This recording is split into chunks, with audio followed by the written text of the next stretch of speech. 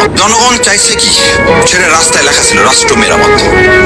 আপনি যে 35টা বাদ দিচ্ছেন, এই 35টা হচ্ছে রাষ্ট্র মেরামত হবে না। আপনি যা পালন করতেছেন, যে অধ্যাদেশগুলো অ্যালাউ করতেছেন, সেই অধ্যাদেশগুলো মানে এখন নতুন ফর্মে আওয়ামী লীগের গভর্নমেন্ট। তাহলে আপনার প্রশ্নের উত্তর হচ্ছে জনগণ কি চাইছিল? জনগণ চাইছিল যেমন একটা রাষ্ট্র ব্যবস্থা হোক যেখানে কেউ গুম হবে না। ওনারা যেটা করতেছেন, এখানে গুম হওয়ার সম্ভাবনা আবার জেগে উঠছে। আয়নাঘর হবে না, আবার আয়নাঘর হয়ে যাবে। পুলিশকে রাজনৈতিক ভাবে কি করা যাবে না, ব্যবহার করা যাবে না। আবার পুলিশকে কি করবে, মামলা দিয়ে। আমি আরো বলে দিচ্ছি, এই যে যেভাবে এনারা অধ্যাদেশ বাস্তবায়ন করতেছে, জুলাই যোদ্ধারা সাবধান, এই সরকার আবার পুলিশকে দিয়ে আপনাদের বিরুদ্ধে মিথ্যা মামলা দিয়ে আপনাদেরকে কারাগারে আবার ঢুকাবে। এই কারাগারে আবার ঢুকাবে। এই যে এনারা পুলিশের আইজি কিভাবে বলে যে পুলিশ হত্যার বিচার করতে হবে, আপনি সর্বরাষ্ট্র থাকা অবস্থায় তারপর উনি আইজি থাকেন কিভাবে? তার মানে আপনি কিন্তু ভয় দেখাচ্ছেন কাদেরকে? জুলাই যোদ্ধাদেরকে।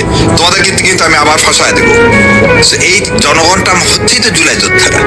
জুলাই যোদ্ধাদের উপরে কি আসতেছে সামনে? আবার খড়গ আসতেছে। তারপর কি আসতেছে? এই যে আমরা বাক স্বাধীনতা, আমি যে আপনার মাধ্যমে দিচ্ছি, আমার মতামত তুলে দিচ্ছি, এই বাক স্বাধীনতা তো তার থাকবে না, সে অধ্যাদেশ তো তার তুলে নিচ্ছে।